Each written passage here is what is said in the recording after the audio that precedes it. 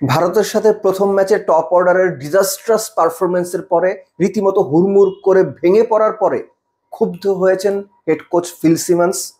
Top order ব্যাটারদের কড়া বার্তা দিয়েছেন সহকারী coach Mohammad Salauddin. Coach, assistant coach দুজনের মেসেজ একেবারে স্পষ্ট, কোনোভাবেই পরের দুই ম্যাচে এরকম ব্যাটিং কলাপস মেনে নেওয়া হবে না।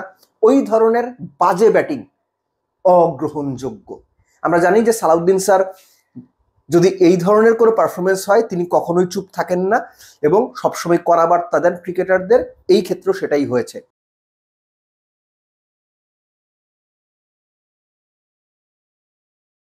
ফিল সিমন্স তিনি তুলনামূলক একটু নরম টাইপের মানুষ, কিন্তু সেই নরম টাইপের মানুষটাও এই মুহূর্তে টপ অর্ডার ব্যাটারদের পারফরমেন্সের পর একটু শক্ত হয়ে গেছেন ক্রিকেটারদের প্রতি। আর একটা পজিটিভ সাইন যে বাংলাদেশের প্লেয়াররা এখনো বিশ্বাস করে বাংলাদেশ সেমিফাইনাল খেলতে পারবে। ব্যাটারদের জন্য আরো কড়া বার্তা হচ্ছে, উইকেটে থাকতে হবে, শুধু থাকার জন্য থাকা না, রান করতে হবে, রান করে দলকে প্রোটেক্ট করতে হবে, নিজের উইকেট প্রোটেক্ট করতে হবে। আর এই প্রোটেক্ট কিংবা সুরক্ষার কথা যখন আসে তখন আমাদের ঘর সুরক্ষার কথাও হয়তো সবার আগে চলে আসে। আপনার ঘরের শাইন, গ্ল্যামার এবং সুরক্ষা নিশ্চিত করতে চান? আজই নিয়ে আসুন জাপানিজ টেকনোলজিতে প্রস্তুত পরিবেশ বান্ধব নিপ্পন পেইন্ট। ইসলামাবাদে ক্লাব গ্রাউন্ডে, যদিও রাওয়ালপিন্ডিতে এটা ইসলামাবাদ ক্লাব গ্রাউন্ড বলা হয়, বাংলাদেশ শনিবার বিকেলে 3টার দিকে সম্ভবত প্র্যাকটিস শুরু করবে। সো বাংলাদেশের এই প্র্যাকটিস সেশনে কি কি থাকবে সেটা আসলে এই মুহূর্তে এখান থেকে বলাটা আমার পক্ষে মুশকিল।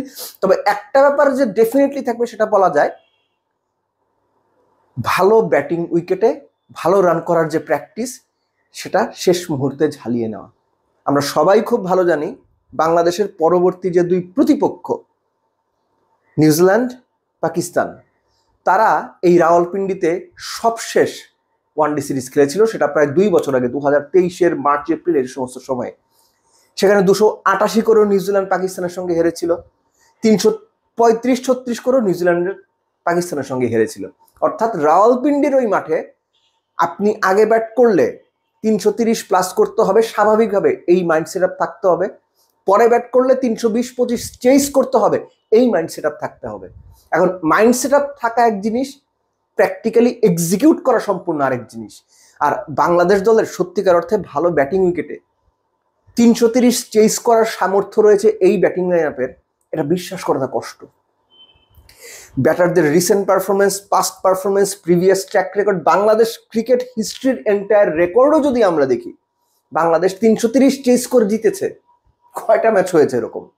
কাদের বিপক্ষে জিতেছে? কোন উইকেটে জিতেছে? সো বাংলাদেশের জন্য ভালো ব্যাটিং উইকেটে চ্যালেঞ্জটা আরো বেশি হয়, স্পেশালি বাংলাদেশের ব্যাটাররা যখন ভালো রান করার ক্ষেত্রে অনেকটাই পিছিয়ে আছেন।